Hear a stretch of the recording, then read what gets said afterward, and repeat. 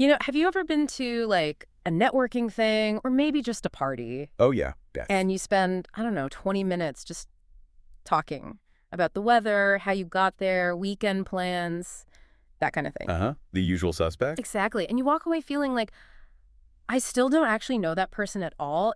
Honestly, it's draining. It really is. It feels very transactional. Like we're just ticking a box, acknowledging presence, but not really connecting. Right. And the tricky part isn't like not having anything to say. It's more about not having a clear path to go deeper. Yeah.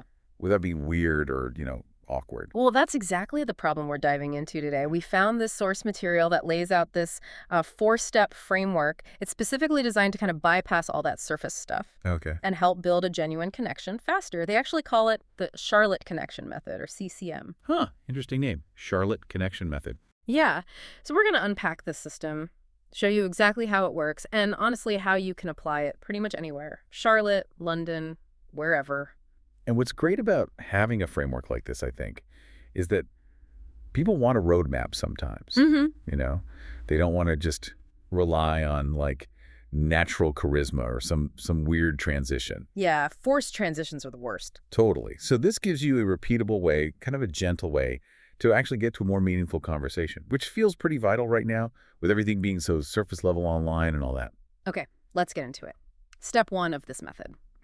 Building the initial bridge. The whole point here seems to be creating that immediate common ground. Right. And shifting the conversation away from those dead-end answers, like fine, Yeah. towards something more like a story. Exactly. And, the source uses Charlotte examples, but we can generalize this. The key idea is using contextual anchors. Contextual anchors, okay. Yeah. So the question isn't just random. It's relevant to the shared experience right then and there. So instead of the classic, how's your weekend? Which just begs for a one-word answer. Right. Good. End of story. You pivot. You ask something that invites more, that invites a narrative. Okay, so give me an example. Like if we're at a work thing. Okay, work function. Instead of, did you find parking okay? Maybe try something like, what's been one unexpected challenge this quarter that actually taught you something useful? See? Specific. Invites reflection. I like that. Or maybe if you're at like a local festival or something in a park. Yeah. You could ask, what's your favorite little hidden corner of this park that most people just walk right by? Ah, okay. I see. It taps into that thing where people genuinely love sharing their little discoveries, their personal finds. Exactly. It's universal. You immediately skip the generic stuff and get into something specific, something they experienced. It's story-rich. So the source material actually flags 3 kind of blueprints for finding these anchors based on their Charlotte observations, but we can adapt them. Right. The first one they mention is the transplant connection, because apparently lots of people in Charlotte moved there from somewhere else. Okay. But the core idea, the universal bit, is finding a shared transition point. You're looking for common ground in some kind of recent big change or adjustment someone's gone through. So instead of just, where are you from, which is fine, but a bit basic, Yeah. you could ask something like, what's been the biggest, I don't know, adjustment since you started in this new department? Or what surprised you most when you moved to this side of town? Perfect. You're immediately getting into motivations, maybe challenges, the why behind things, not just the logistics. Much richer ground. Okay, that makes sense. What's the second blueprint? They call it the Neighborhood Explorer Framework. But again, it's not really just about neighborhoods or geography. Right. It's about understanding someone's priorities, asking something like, what was it about this particular area that made you choose to live here? Is kind of a subtle way of asking. What do you value? Like community, quiet, being close to the action? Exactly. You're getting at their values through their choices about their environment. It's quite clever. That is clever. Okay, and the third anchor? The growth city perspective. They use Charlotte because it's changing fast, apparently. Yeah. So everyone has thoughts on that. Right, the constant construction, new things popping up. Yeah. But we can generalize this to the shared dynamic tension. Find something, the shared environment, maybe the industry you both work in, or local politics, or even just changes in the company that's in flux. Okay. And then ask something like, what changes have you really liked seeing in whatever the context is, and is there anything you kind of miss from how it used to be? Ah, that taps into both the positive and maybe a little nostalgia. It gets people talking about how they feel about change. Precisely. Feelings, shared experiences, that's the bridge. Okay, so that's the foundation, the bridge. You've used a contextual anchor, you've invited a bit of a story. Now what? We move to step 2. Yep. Step 2, the storyification. This is where you really show you're listening and interested. You've got them talking about, say, that hiking trail they love. Now you need to invite them to elaborate, specifically on their feelings or the experience around it, not just the facts. And there's a template for this too, right? Yeah, a simple one, basically. That sounds... Insert a feeling word. Could you tell me a bit more about... Mention a specific detail they brought up. The key is that feeling word, yeah. It has to kind of match the energy they gave you. Absolutely. So if someone mentions, I don't know, they finally finished some really tough professional certification. Instead of just, oh, cool. Right. You say, wow, that sounds incredibly rewarding. What was the moment during all that studying when you finally felt like, okay, yeah, I've actually got this? Ah, you're asking for the turning point, the emotional climax of their story. Exactly. Or like your earlier example, someone moved from a huge city. Right, in New York or somewhere. You could say, wow, that's a massive change. That sounds like it must have taken a lot of courage. What's been the biggest, like, totally unexpected surprise about the pace of life here compared to back there? You're acknowledging the effort, the feeling behind the move, not just the logistics again. Exactly. And that leads us right into step 3, which the source says is like the crucial step. The connection deepener. Why do they say this is where most conversations just fizzle out? Well, because this is the point where you need a little bit of vulnerability. Right. Right? And that can feel risky. Yeah, makes sense. We have a nice chat, but we keep our guards up. Totally. So the deepener, the mechanism here, is about reciprocity. You need to briefly share something genuine and personal that relates to what they just shared. Okay, a little bit of give and take. Right. And then, importantly, you link it back to them with a related question that looks forward. So there's a template for this one too. Kind of. It's roughly, oh, I can relate to that because share your brief, related personal experience. Have you found that ask about a related challenge or maybe an opportunity? Okay, let's walk through that. Say someone's talking about how hard it is to balance work and life when they're launching a new business. Okay, common struggle. A surface response is just, yeah, it's tough. Pretty empty. Right. But the deepener. Your deepener might sound something like this. Ugh, I totally felt that same pressure when I first started doing consulting work. I remember realizing I was working every single evening just trying to keep my head above water. Okay, there's the vulnerability. Brief, relatable. So now I try to have this strict no checking emails after 7 p.m. rule, though it's hard. Have you found any like specific daily habits or hard lines you draw that help you actually protect your downtime? Ah, I see. So you shared your struggle, validated theirs, but kept it professional, and then you immediately turned it into a shared problem-solving thing. Like, how do we deal with this? Exactly. It's cooperative. You turned a complaint into a quest. That's really useful. Now, the source mentions something important here, a boundary rule for this step. Yes, absolutely crucial. Share something real, something genuine, definitely, but not your deepest, darkest secret or some huge trauma dump. Right. Keep it appropriate for the context. Stick to things you'd be comfortable sharing with, say, a coworker you get along with, or someone you just met at a dinner party. The depth comes from the genuineness of the connection, not from, like, emotional oversharing. Okay. That's a really important distinction. Let's try another example, maybe something lighter. Say you're talking about a hobby, like home brewing beer, something complicated. Okay, yeah.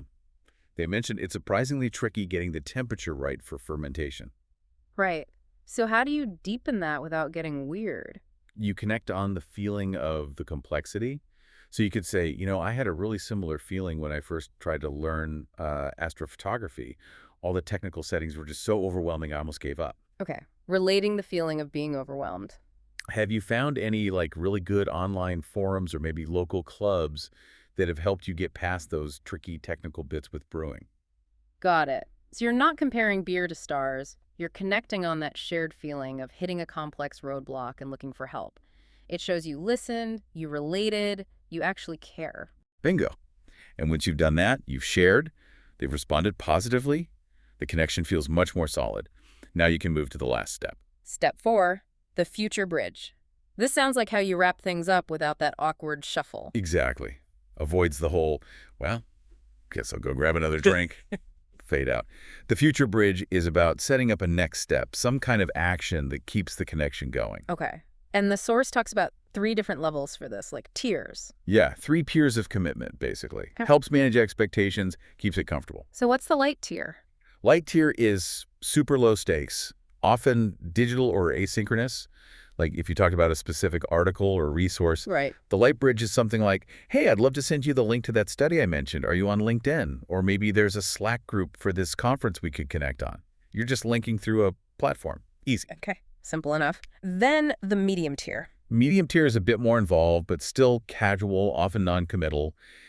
If they mentioned loving, I don't know, Ethiopian food. You could say, You know, we should totally check out that new Ethiopian place you were talking about sometime. Maybe I can drop you a line next week, see if we can find a time. It suggests an activity, but it's vague. Plausible deniability if it doesn't happen. gotcha. Leaves room. And the strong tier. Strong tier is when you feel a definite click and you have a concrete plan already in mind. Like inviting them to something specific. Exactly. Hey, I'm actually going to that specific industry panel volunteer event book club meeting next month. We'd love to have you join if you're free. It's a direct invite into something already happening. Yeah. More commitment. Okay. That makes sense. Light, medium, strong. Choose your own adventure. But what about the fear factor? People get nervous trying stuff like this. What if it gets awkward? Ah, yes, the fear of awkwardness. The source has a neat little escape hatch for this. An escape hatch. Good. If you try a deepener, step 3, and the other person kind of freezes or gives a really short, uncomfortable answer, Yeah. you don't push it, don't panic. You just smoothly pivot back. Say something like, "Well, anyway, maybe that was a bit heavy for a Tuesday morning." Back to talking about, mentioned an earlier, lighter topic. Just circle back gracefully. The structure gives you that out. Nice. Okay. And what about the fear of seeming nosy? Especially if you're asking about career stuff or personal choices. That's the nosy fear. It's all about the framing, how you phrase the question. Right. You want to use the language of curiosity, not investigation. So avoid things that sound like commands, like, tell me why you. Okay, so instead. Use softer phrasing. I'm really curious about what led you to make that switch, or I'd love to understand a bit more about your thinking process when you chose that path. Sounds much less demanding, more inviting. I'm curious. That sounds much better. Yeah. And when people actually use this method, with that genuine curiosity, it works. Apparently so. The source had that great example from the hiking meetup, remember? At Crowder's Mountain. Oh, yeah. The Yeah. hiking one. Remind me. Okay, so person A and person B are hiking. Instead of just talking about the trail or the weather, person A picks up on person B, mentioning being stressed about a deadline. Ah, okay. Using that shared dynamic tension anchor, maybe? Stress? Probably. Then person A shares just a little vulnerability, like, man, these Saturday hikes are sometimes the only thing keeping me sane with my crazy schedule. Brief, relatable. Right. And then they pivot with the connection deepener. What's your go-to way to really unwind after a super stressful week? Something that actually feels like a proper break. And that shifted the whole conversation, right? Totally. They went from talking about rocks and roots to this like 20-minute deep dive into work-life balance, stress management techniques, things that actually mattered to both of them. That connection lasted way beyond the hike itself. Wow. That really shows the power of having that structure but using it genuinely. Exactly. So the big takeaway here for you, the listener, this Charlotte connection method, it works because it gives you that map, that structure. It tells you kind of how deep to go, when to maybe pull back a bit. But the real magic isn't the steps themselves, is it? No, not really. It's the authentic interest behind it. You're not trying to like force intimacy or push people. Yeah. You're just opening doors, making it easier for a real connection to happen naturally. So we want to leave you with something really practical, a challenge actually, straight from the source material. Yeah, let's give you homework. It's called the 3 Conversation Challenge. Try this out over the next week or so. Okay, what's involved? It's about practicing the steps incrementally. Yeah. So, in your very next conversation with someone new or someone you don't know well, Conversation 1. Conversation 1, only use step 1. Focus just on using those contextual bridge questions to get a story started. See how much better that feels than the usual small talk. Okay, just the bridge. Then conversation 2. Conversation 2, do step 1, the bridge, and add step 2. Actively listen for those details and use the story invitation prompts. Ask about the feelings, the experience behind what they're sharing. Got it. Bridge plus story invite. And finally, conversation 3. Conversation 3. Go for the whole sequence. Bridge, story invitation, and then take the leap with step 3, the connection deepener. Share that brief, related personal thing and ask that follow-up cooperative question. And the key is to notice the difference. Yes. After each of these 3 conversations, take a second and just mentally rate the depth of connection you felt. On a scale of, say, 1 to 10, You'll likely see a big jump by conversation 3. almost certainly, you'll feel the difference that applying this intentional structure makes. It's about building real relationships step by step. Right. So, yeah, go out there and practice opening some doors.